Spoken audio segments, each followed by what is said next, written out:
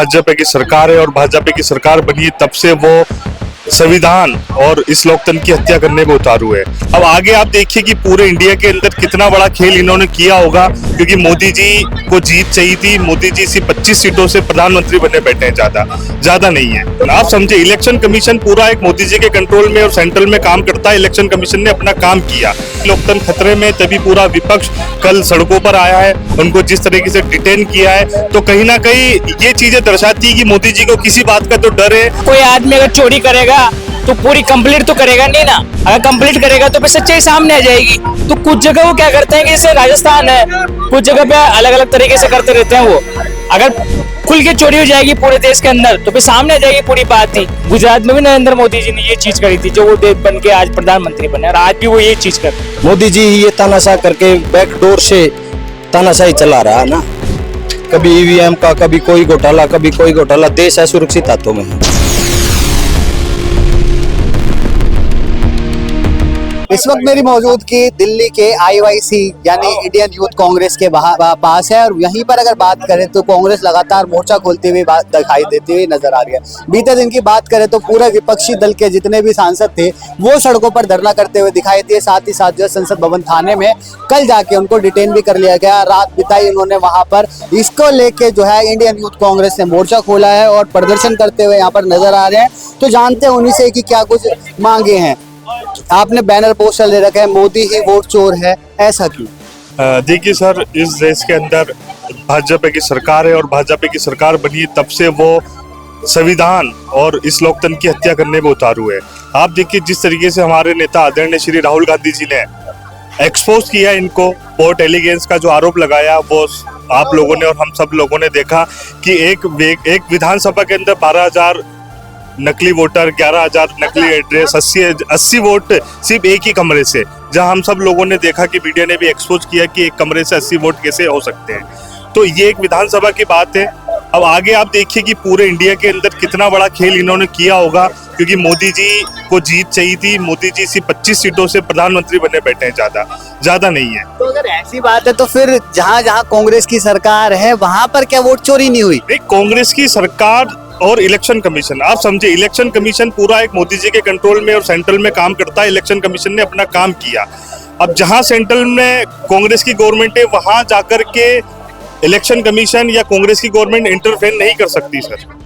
वहां पे election commission ने अपना काम अपने तरीके से किया। इलेक्शन कमीशन ने बीजेपी के वॉलंटियर के साथ मिलकर के एक प्रोपोगेंडा रचा और उसके अंदर उन्होंने जो सक्सेस हासिल की है वो राहुल गांधी जी ने उनको एक्सपोज करने का काम किया है। तो वहीं पर अगर राहुल गांधी की बात करें, उनको कल जाके डिटेन भी कर लिया गया। तमाम सांसद जो थे वो सड़कों पर उतरे रहे, थाने में जाके बैठे। तो ऐसे क्या लग रहा है कि लोकतंत्र खतरे में? बिल्कुल सर, लोकतंत्र खतरे में, तभी पूरा विपक्ष कल सड़कों पर आया है। उनको जिस तरीके से डिटेन किया है, तो कहीं ना कहीं ये चीजें दर्शाती है कि मोदी जी को किसी बात का तो डर है कि विपक्ष के ना सवाल सुने जाते हैं, ना विपक्ष को सदन में सुना जाता है, ना विपक्ष को इलेक्शन कमीशन से मिलने दिया जाता है। कल जब शांतिपूर्ण तरीके से मार्च कर रहे थे वो इलेक्शन कमीशन से मिलने का, तो उनको पुलिस ने जिस तरीके से रोका है, जिस तरीके से डर दिखा करके पुलिस को आगे किया मोदी जी ने, लगता है कि कहीं ना कहीं दाल में कुछ काला है। क्या नाम? मेरा नाम सर मोहित व्यास है। मैं राजस्थान यूथ कांग्रेस में स्टेट पर सेक्रेटरी हूँ। मैं आपसे कहना चाहूँगा कि राहुल गांधी जी ने उत्तराखंड में जो इलेक्शन हुए थे उस वक्त पर जिस एरिया में बहुत सारी भीड़ थी, पब्लिक जो इकट्ठी हुई थी, वहाँ पे इतनी पब्लिक इकट्ठी होने के बाद, इतना रोड शो होने के बाद भी वहाँ पर वोट नहीं मिले। तो इसका मतलब है क्या? आज यहाँ यूथ कांग्रेस के लिए इतने लोग इकट्ठे हुए हैं और ये लोग अगर वोट नहीं दे तो क्या मतलब आ रहा है? तो कहीं ना कहीं हुआ है। एक घर के अंदर 50 आदमी रह रहे हैं, उनका नाम यहाँ भी है, दिल्ली में भी है, उनका नाम भी है। आरोप लगा रहे हो कि वोट चोरी हुई है, तो वोट चोरी वहां पर क्यों नहीं हुई जहां पर जो है कांग्रेस की सरकार है? नहीं, ये कुछ जगह तो इन्होंने, अब देखो कोई आदमी अगर चोरी करेगा तो पूरी कंप्लीट तो करेगा नहीं ना। अगर कंप्लीट करेगा तो फिर सच्चाई सामने आ जाएगी। तो कुछ जगह वो क्या करते हैं कि जैसे राजस्थान है, कुछ जगह पे अलग अलग तरीके से करते रहते हैं। वो अगर खुल के चोरी हो जाएगी पूरे देश के अंदर तो फिर सामने आ जाएगी पूरी बात ही। 30 सीटों से दूर रहेगी कांग्रेस। अगर ये नहीं होती, महाराष्ट्र में नहीं होती या उत्तराखंड में नहीं होती, तो आज हमारे देश में शायद राहुल गांधी जी प्रधानमंत्री। लड़ाई है किससे? इलेक्शन कमीशन से है, बीजेपी से है, किससे है? देखो, कल हमारे नेता राहुल गांधी जी ने कहा है कि कोई राजनीतिक मुद्दा नहीं है।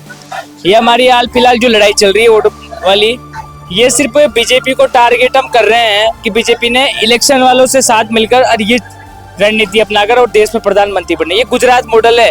गुजरात में भी नरेंद्र मोदी जी ने ये चीज करी थी, जो वो देश बन के आज प्रधानमंत्री बने, और आज भी वो ये चीज कर रहे हैं।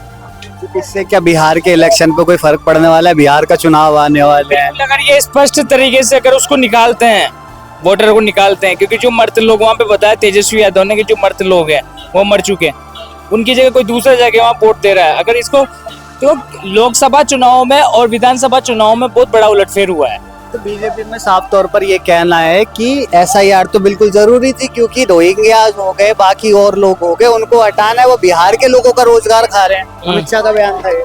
ऐसा कुछ भी नहीं है। ये सब बिहार की जनता को एक लॉलीपॉप देने का काम कर रही है बीजेपी। ऐसा कुछ भी नहीं है। उनकी आज की तारीख में बीजेपी का इंस्टाग्राम पे जो फॉलोवर्स थे वो 8.3 मिलियन ही रह गए। कांग्रेस के कल से 8.6 हो चुके हैं। मतलब कांग्रेस ने आज की तारीख में अगर देश के अंदर चुनाव करवा ले तो कांग्रेस आज की तारीख में सीटों में बीजेपी से बहुत ज्यादा आगे हैं।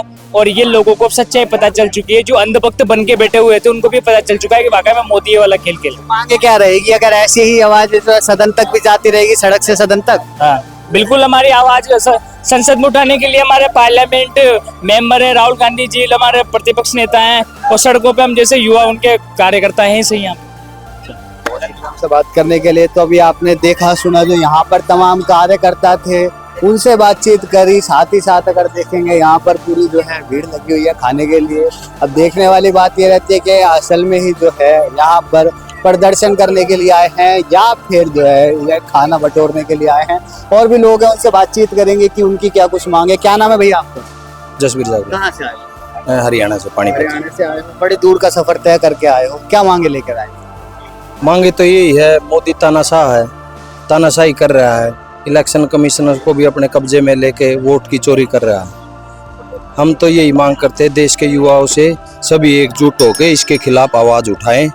और ये जो भ्रष्टाचार इतना फैला हुआ है ना, इलेक्शन कमिश्नर भी नहीं बच रहा तो कहाँ जाएंगे? देश तो एक असुरक्षित हाथों में चला गया है।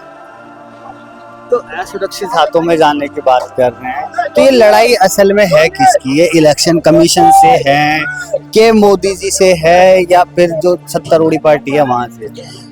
ये मोदी जी के तो खिलाफ है। मोदी जी का ही तो इलेक्शन कमीशन अपने कब्जे में ले लिया, मोदी जी ने ही तो ले लिया है। ये मोदी जी ही ये तानाशाह करके बैकडोर से तानाशाही चला रहा है ना। कभी ईवीएम का, कभी कोई घोटाला, कभी कोई घोटाला। देश असुरक्षित हाथों में है। हम तो यही चाहते हैं इससे देश को बचाया जाए। तो इसकी जो आप ऐसे प्रदर्शन कर रहे हैं, इस प्रदर्शन से क्या फर्क पड़ेगा? क्या मुख्य तौर पर क्या मांगे हैं? किस चीज को लेकर आप आवाज उठाएंगे? किसके आप खिलाफ खड़े होंगे? हम मोदी सरकार के खिलाफ है, इलेक्शन कमिश्नर के खिलाफ है।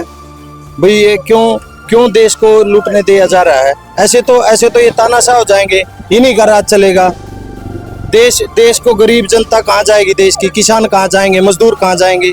इसका मतलब तो यही रहेंगे, ये इलेक्शन में घोटाला करके बार बार ये सरकार बनाते रहेंगे। प्रदर्शन से फायदा होगा? प्रदर्शन से फायदा होगा। हम अपने मांगे तो उठा सकते हैं, आवाज तो उठा सकते हैं हम अपनी।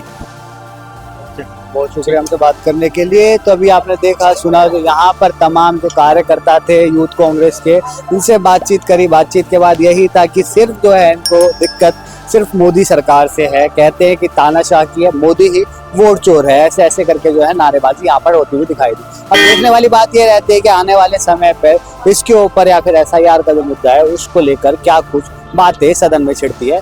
फिलहाल के लिए बस इतना ही। दैनिक देश लाइव के लिए दिल्ली से अभिषेक सिंह।